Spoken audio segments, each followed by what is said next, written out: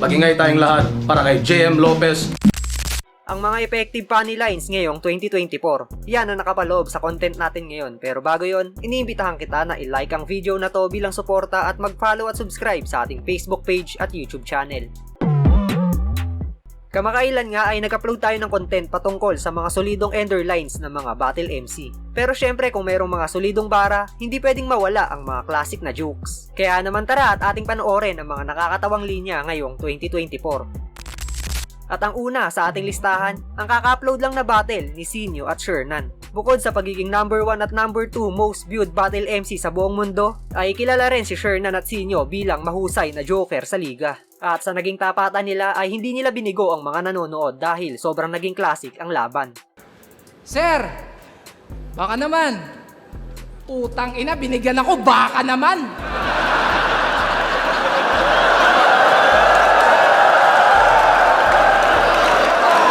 Ano to, lokohan? Di ata tayo nagkakaintindihan.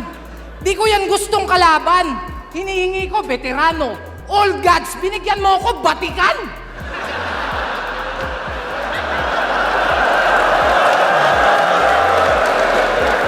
Tangina, Shernan, ang kauna-unahang rapper na Dalmatian. Maawa ka sa misis mo, brother. Baka pwedeng pakiconsider. Paano pag binabakhag ng partner? Parang magpapalit ng galon sa water dispenser.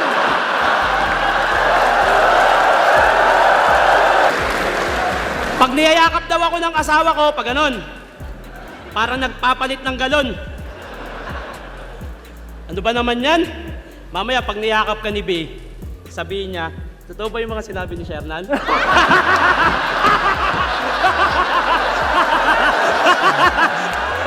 Handang-handa ako sa battle na to. Yung gigil ko sa battle rap, ikaw lang ang pinaglaanan. Sa sobrang focus ko, kaya kong magjakol kahit may problema pinagdadaanan.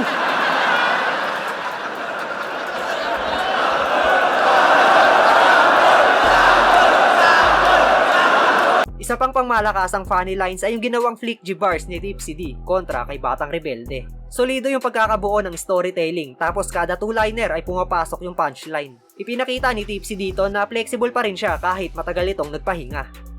Papasok ako sa inyong tahanan. Pagpasok ko, iiwanan kong bukas yung pintuan. Pagsigaw ng lalabas yung aircon ng nanay mo, kukwelyuhan ko at sasabing, edi habulin mo!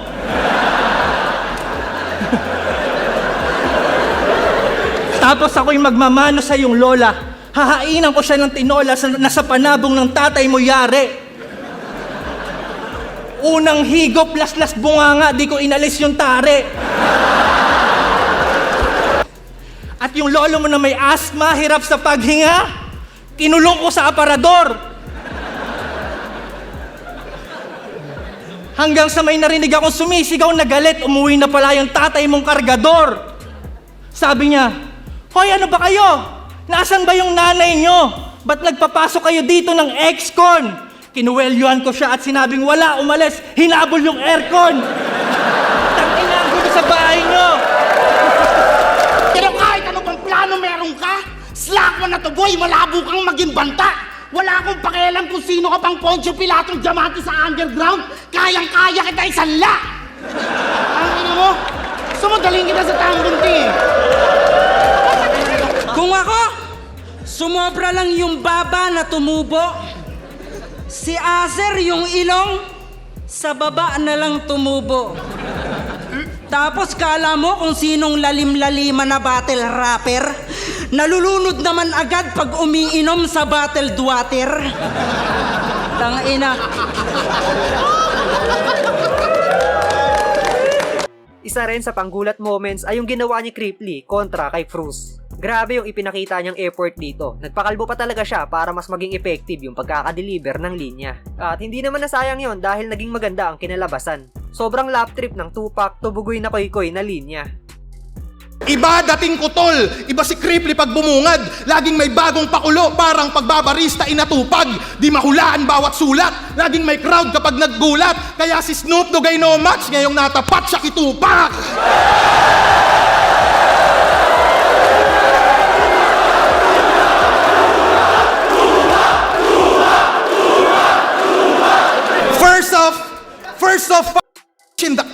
same. Tatlong wife, what a life, ba't ako magko-complain? Kasi nahuli ko kayo ni Mr. Yuson sa laboratory ng Agham. Sinibak ka niya with Ipikasen para mas lalo mong ramdam. Pagbukas ko ng pintuan, puta, bigla kayong naghang. Bukod tangi mong nasabi, walang iba kundi anghang. Idagdag pa natin sa witty jokes ay yung mga Bisaya lines ni Vitrum kontra kay Marshall Bonifacio. Matalinong panglalait yung literal na ginawa niya dito. Sobrang naging effective yung mga linya na binibitaw niya. Tapos bumagay pa sa nabuo niyang karakter. Tsaka gusto kong magaling para kumita. Lalagyan mo limitasyon. Pag Tagalog, bawal iting Bisaya. Tangina, diskriminasyon! Tsaka, papaawa pa. Ganito nga yung senaryo, tanga ka. Pag naligaw sa Manila, ay, Bisaya ka pala. Tulungan na kita. Pag nag-foul sa basketball, ay, Bisaya maglaro, tangina. Pag nag-slant rhyme, di sadya. Ah, Bisaya pala. Kaya hindi ako nadadala sa lahat ng mga paratang nyo. Ang hirap magkamali pag hindi ka Bisaya. Ang dadaya nyo. Papaawa ka pa pag sinabing Bisaya ka. Titignan mong insulto. Hindi ba pwedeng Bisaya ka, Bisaya ka? Dapat proud ka, iho. Pag Bisaya ba, busabos, ang weird nito. Tignan mo nga yung katawan mo, para kang politiko.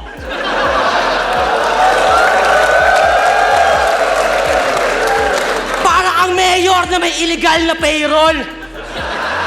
At pagkasama mo yung asawa mo, para mo siyang ka-table.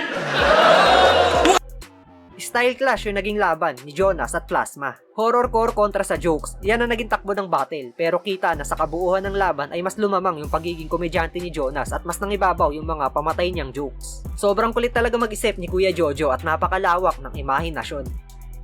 Pag eto naging mandurukot sa baklaran, matindi to. Magugulat ka na lang bigla, wala na yung kidney mo.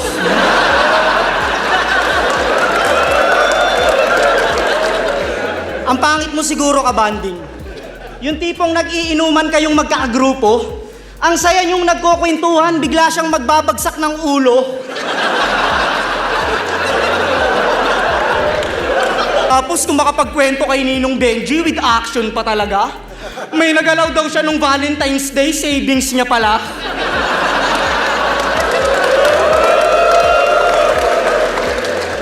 Alam mo kung bakit walang pumapatol sa'yo, Abno?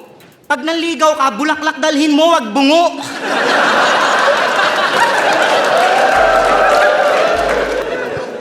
One time, sinubukan etong kumuha ng pokpok sa Cubao. Sabi niya sa babae, "Miss, pwede ka ba?" Sabi ng babae, "Boss, pas kami sa kalabaw."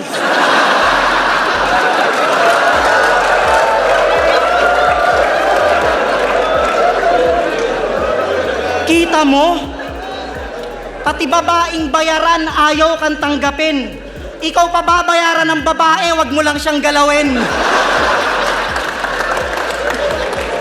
Sa laban ng EJ Power at Romano ay may witty jokes na binanat doon si EJ patungkol kay J King at Romano. Simple lang yung pagkakasetup pero ang lakas ng naging impact. Ito yung mga linyahan na kahit nakakatawa ay kaya pa rin makasabay o lumamang sa mga technical na bara. Alam mo, kayo ni J. King, meron kayong comparison. Yung anak mo kamukha niya, yun yung comparison.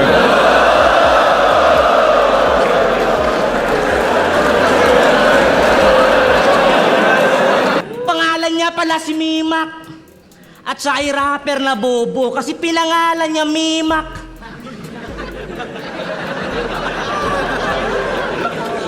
Tulog Thailander na ngongo. Mimak ka muna.